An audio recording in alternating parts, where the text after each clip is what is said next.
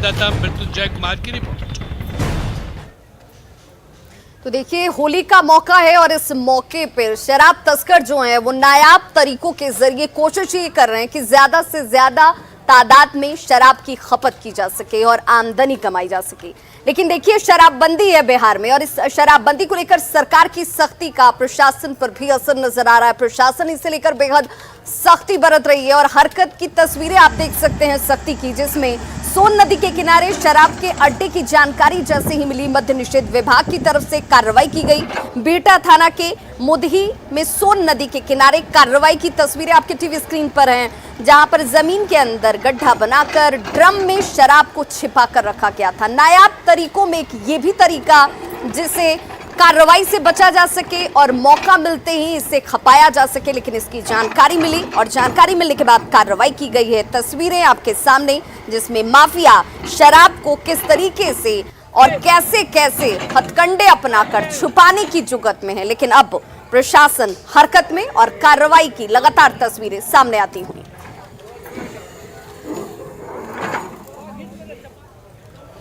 तो कुल मिलाकर शराब तस्करों द्वारा नायाब तरीके अपनाए जा रहे हैं। वहीं बड़े पैमाने पर उत्पाद विभाग और पुलिस अपनी सक्रियता दिखाते हुए शराब बरामद भी कर रही है और इसकी वजह से कई जगह शराब की खेप जो है वो जमा हो जा रही है। बड़े पैमाने पर शराब जमा हो जा रही है। अवैध शराब जो उत्पाद विभाग द्वारा जब्त किया जाता है।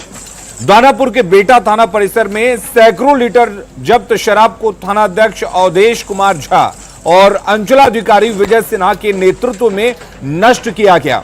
बेटा थाने में जब्त शराब की बड़ी खेप जमा हो गई थी और उसे रखने में काफी परेशानी हो रही थी, जिसके बाद जिला प्रशासन के आदेश पर शराब को नष्ट किया गया। थाना परिसर में गड्ढा कर शराब को उसमें दबा दिया गया।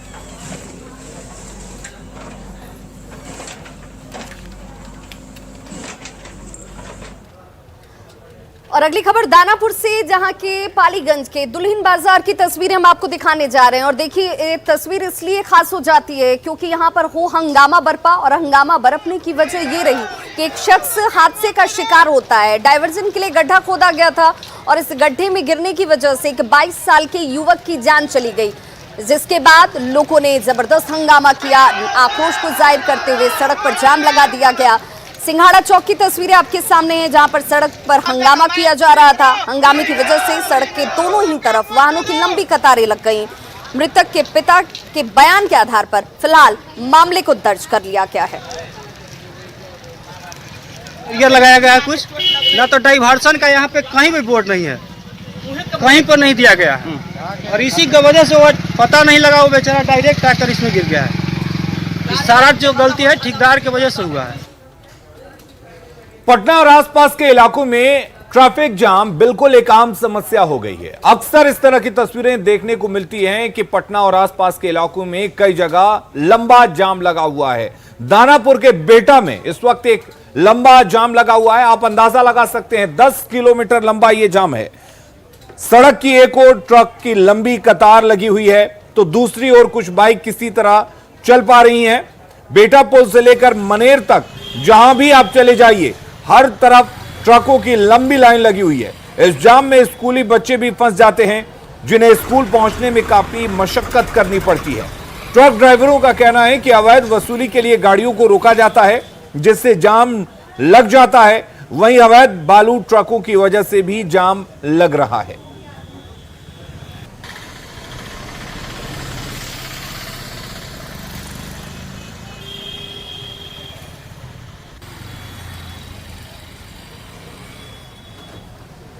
भाई रात से लगा हुआ है, तभी छोड़ भी नहीं दिया गाड़ी। मामला क्या, जाम के कारण क्या, मुख्य कारण?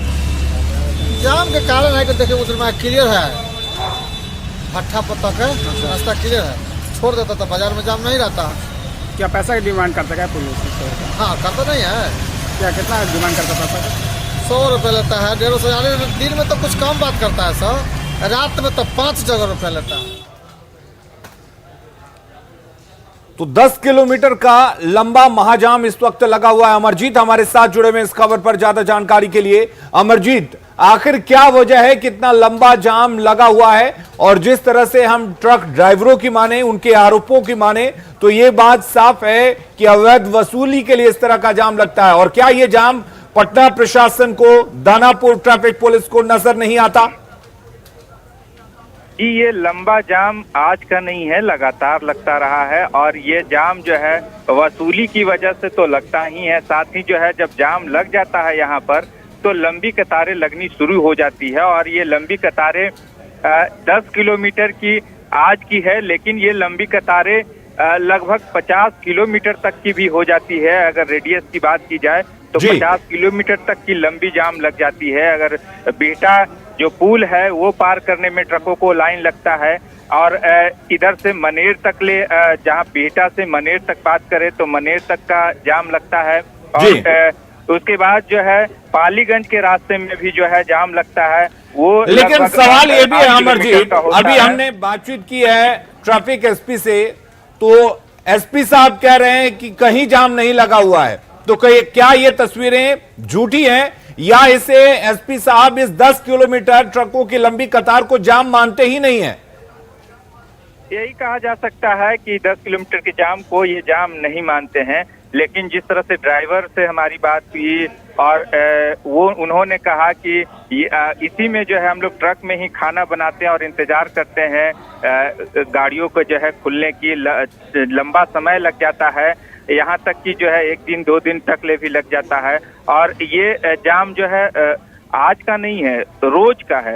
ये रोज इस तरह की जाम लगती है। और कभी कभी जब खुलता है तो साफ नजर आता है, लेकिन अभी जाम लगी हुई है और इससे लोगों की परेशानी भी है।